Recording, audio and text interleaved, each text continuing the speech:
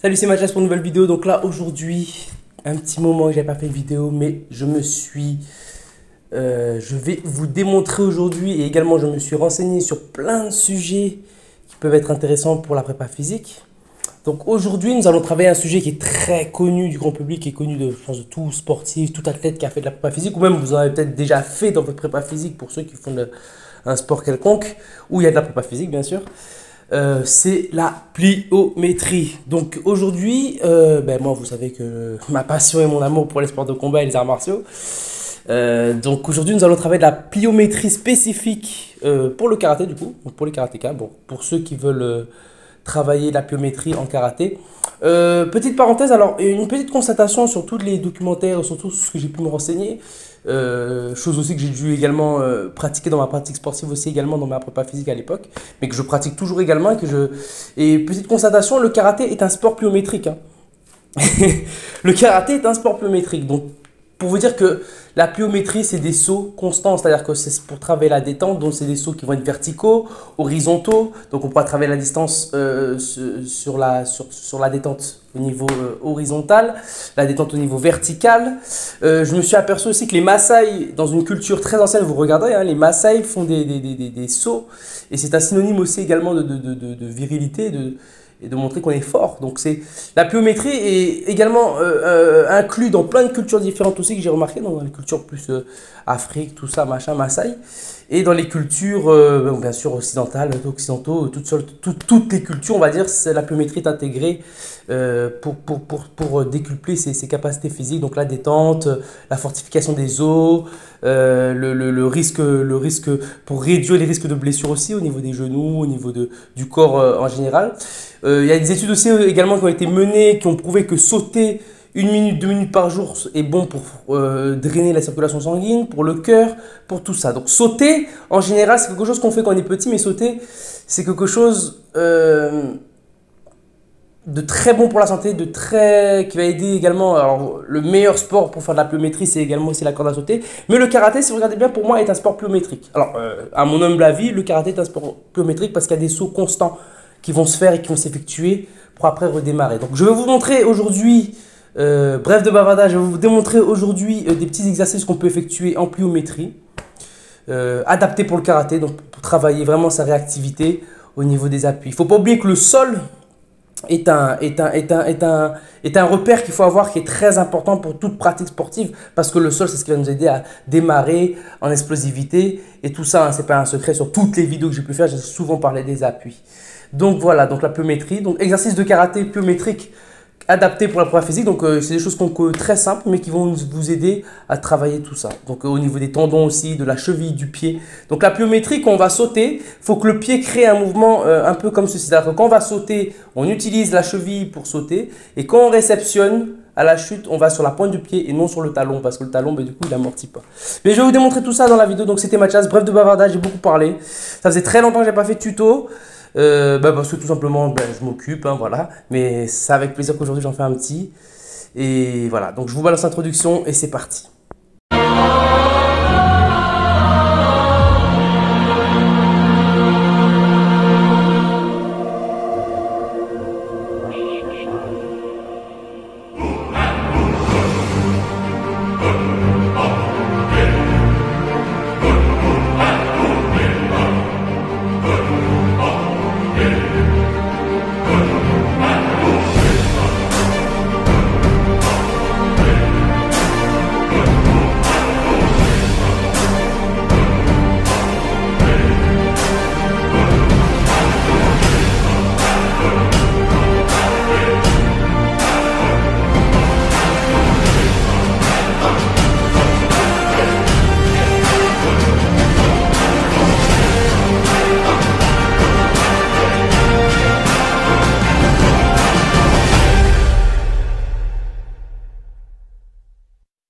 C'est ce qu'il faut faire à froid, dans le sens où on va beaucoup solliciter le pied, les chevilles, les tendons, tout ça. Donc pensez à un bon échauffement. Mais ça peut faire en guise d'échauffement. Donc la pliométrie, on va venir la travailler au début. Alors, au début, pour prendre vos repères, vous sautez ici. Quand vous réceptionnez, ne réceptionnez pas sur les talons, hein, je ne suis pas comme ceci, vous voyez. je suis toujours sur la pointe des pieds. Et mon pied va créer une sautée. Et dès que je réceptionne vraiment sur l'avant du pied.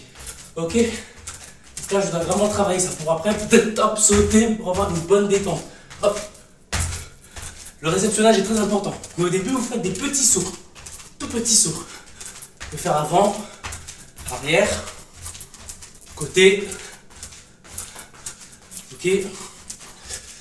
Voilà. Familiarisez-vous avec le pied. Hein. Regardez. Sur l'avant du pied.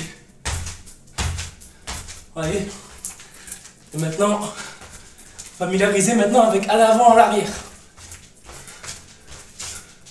Changement de garde, avant, arrière. Pour la position, pensez à un Zenkutsu. Hein. Au lieu d'être comme ceci, pensez que la hanche, et elle vient tourner un petit peu. Et hop, tourner un petit peu pour être de face. Voilà. Ok. Avant, arrière. Et là, vous vous adaptez à votre pliométrie. Là, vous faites des petits sauts. Hop, avancez. Reculez. Hop, plongez. Avancez. Reculez. Ok. On relâche. Hop, avant. Ok. Maintenant, pitch. Et je saute, hop. Je saute, hop. Je saute. Je saute. Ok.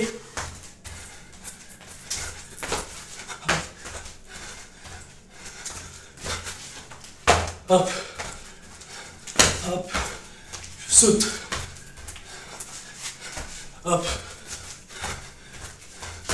Hop. Hop. Hop.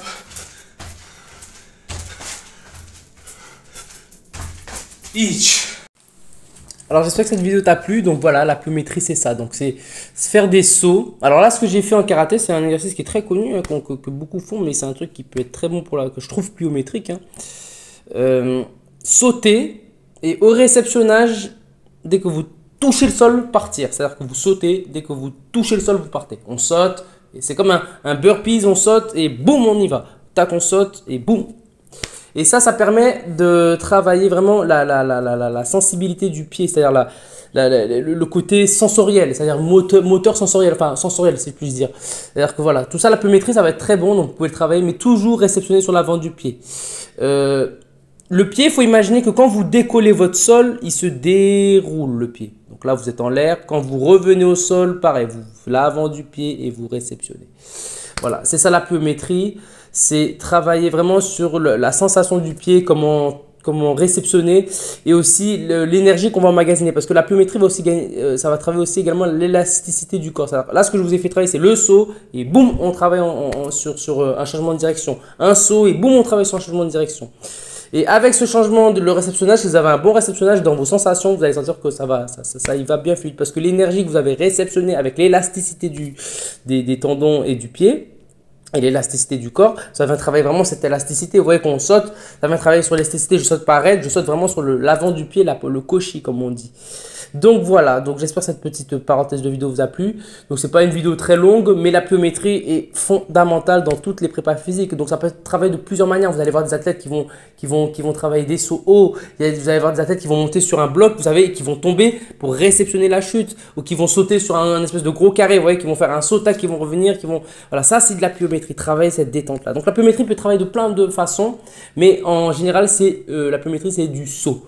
Sauter, savoir réceptionner le saut et emmagasiner de l'énergie avec l'élasticité du corps, donc c'est les tendons, pour créer de la vitesse, donc voilà, et de la puissance. Donc voilà, et pour moi le sport, comme je disais, le karaté est un sport pliométrique, hein, parce que quand vous regardez les compétitions, même moi qui ai pratiqué, les jambes elles en prennent un coup quand même dans les gros entraînements, même après les compétitions, moi j'ai des souvenirs où ça prenait des coups quand même, les jambes elles prenaient un sacré coup parce que on est tout le temps constamment en saut, vous voyez, on est en saut et après on doit démarrer le plus vite possible. Donc pour moi les karatékas, manifestez-vous, hein, vous me dites, hein, mais je pense que c'est, voilà, moi je pense que le karaté est un sport pliométrique parce que il y a du saut, du réceptionnage de saut constamment amène la pratique. C'est pas que dans la prépa physique, c'est vraiment dans le sport en lui-même. Mais justement cet atout qu'on a de réceptionnage quand on saute pour créer, quand vous regardez Raphaël Aguev, quand vous regardez Junior Lefebvre, quand vous regardez Biamonti, quand vous regardez Christophe Pina, ces grands champions-là, vous apercevez que vraiment il y a une capacité ou même Donc voilà, vous regarderez sur internet et vous renseignerez sur la pliométrie. Donc c'est un sujet qui est très intéressant. Donc moi je l'ai adapté pour le karaté parce que ça me semblait essentiel quand même. Parce que voilà. Et voilà, donc c'était Mathias. J'espère que ma vidéo vous a plu. Et je vous dis à très très bientôt pour de nouvelles vidéos. C'était Mathias. Donc prenez soin de vous et puis à très bientôt pour de nouvelles vidéos, hein.